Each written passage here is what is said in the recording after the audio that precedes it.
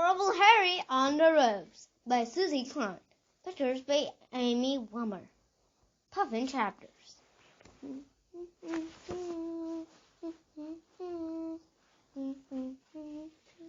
Chapter 1. Valentine's Day is coming. My name is Doug, and I'm in 3rd grade. My friend Harry and I are very excited about Valentine's Day. It's only 2 days away, and this year, Room 3B has a genie blue mailbox for all the Valentines.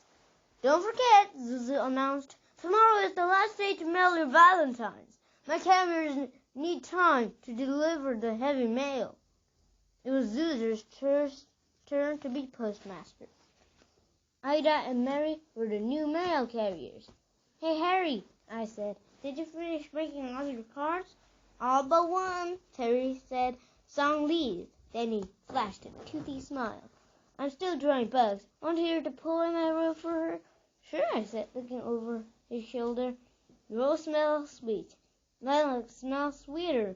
A stink bug smells like bananas, but you better not eat her. What do you think, Doug? I cringed. Do you think stink bugs really smell like bananas? Actually, I said, but they smell like rotten ones. I didn't want to put that on a Valentine for Sang Lee. Good idea, I replied. But what about all those stink bugs? Aren't they going to grow around? Nah, Sang Lee loves insects, bugs, and slime things. Remember, brought in a potato peel for show and share. Tell in her kindergarten. Why do you think I like her? Because she's nice and pretty.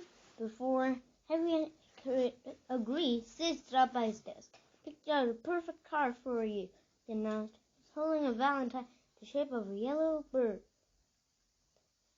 Isn't it great? He chuckled. Perfect for Harry the Canary. What a coincidence, Harry said. I found a perfect one for you, too. A Sid for a squid. Sydney popped Harry's valentine inside an envelope and dropped it into the mailbox. I'm down here, she said, flapping the lid closed. You think I was a squid valentine? I whispered. No, Harry said, but I wrote a Sid a squid poem. Just then the teacher called out, It's 1:30, boys and girls. Time for gym. Which row is it? Ready? Harry and I quickly sat up straight and folded our hands. Row 3, my line up. Harry and I made a beeline for the door. We were in first line. Sid was right behind us. Can't wait, he said as we walked down the hall. Our instructor, Mr. Dalloy, is doing a new activity this week. I know it is. I saw him setting up this morning when I was taking lunch out to the cafeteria. Don't tell me, Harry said. I want to be surprised. Sid zipped his lips. Harry slapped him high five. We counted our walk down the stairs to the basement, just like every Tuesday and Thursday. All the girls were wearing long pants. As we got closer to the gym, spotted the new posters on the wall. Look, Mary said, Harry got his name on I can do 2 chin-ups or more charts. And he got his name on the I can run 10 gym laps in 5 minutes. Charted like Song Lee, Ida, Zuzu, and me, I added proudly. Harry, Zuzu, and I held up 2 fingers. Song Lee and Ida jumped up and down. Sidney started dragging his feet. I almost got on those charts, he barked. You will too, Song Lee said. You're very good in gym. Do you really think so? Sid asked. Yes, I do, Song Lee replied. Last week you walked on the balance beam every time without falling. Sid smiled. He probably remembered the 2 times when Harry fell off the beam. Song Lee was the best person in room 3B on the balance beam. She knew what it took to be good in gym. Sidney's face suddenly changed. He was walking briskly on his toes now. As soon as we got to the door and we could see into the gym, we made an abrupt stop. Sid crashed right into him. Whoa, he said into Harry's face. Harry did not move. He just kept staring into the gym. Miss Mackle turned around. Come along, children. Mr. Dalloyd is waiting. As soon as I saw it, I knew I was freaking Harry out.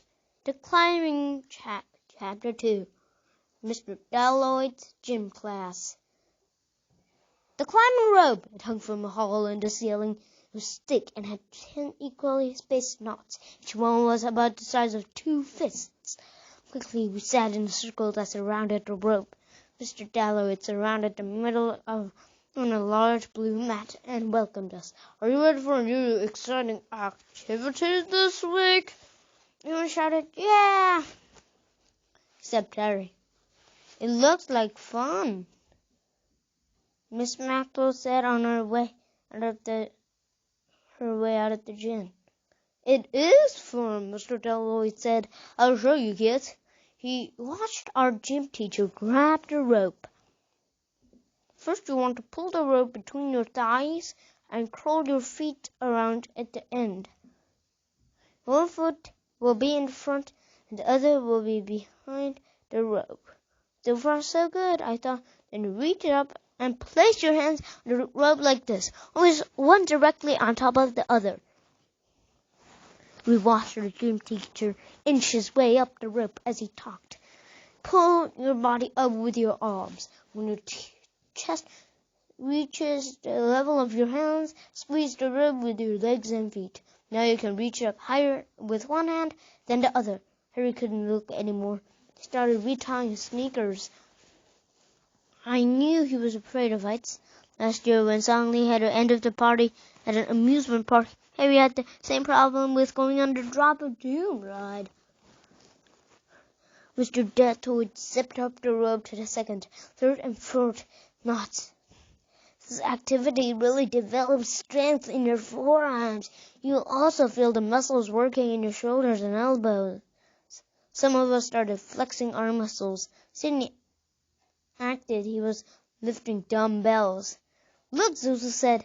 Mr. Dalloyd is almost at the top of the rope. Harry covered his eyes with both hands. Everyone else cheered and clapped for our gym teacher as he made it to the ceiling. What can you see out there? Zuzu called out. Mr. Dalloyd hung on the top of the rope as he looked at the black wall. Well, he said, I can see out at this moment here at the top of the drum. Cool, Sidney said. What do you see? Car that needs a hubcap. Some of us laughed. What else do you see? Mary asked. Well, actually, there's a hole at the top of this rope that goes into the ceiling. It's big enough to put your hand inside. He immediately looked up. He was curious about that hole. Harry loves being a detective. Can you see anything in there? He blurted out. Mr. Dalloyd took one hand off the rope and reached into the hole. There is something roundish here. Oh, it's just an old gum, lad. Ew, lots of kids said. That's gross, Mary complained. Cool, Harry said. He likes horrible things. What color is it? He asked. Gray with a few hairs, Mr. Dalloyd called out. Ew-wee. Now everyone groaned, except Harry, of course. Mr. Dalloyd jumped and moved down the rope and then jumped onto the blue mat. He took a small bottle of hand sanitizer out of his back pocket and wiped his hands. So who wants to go first?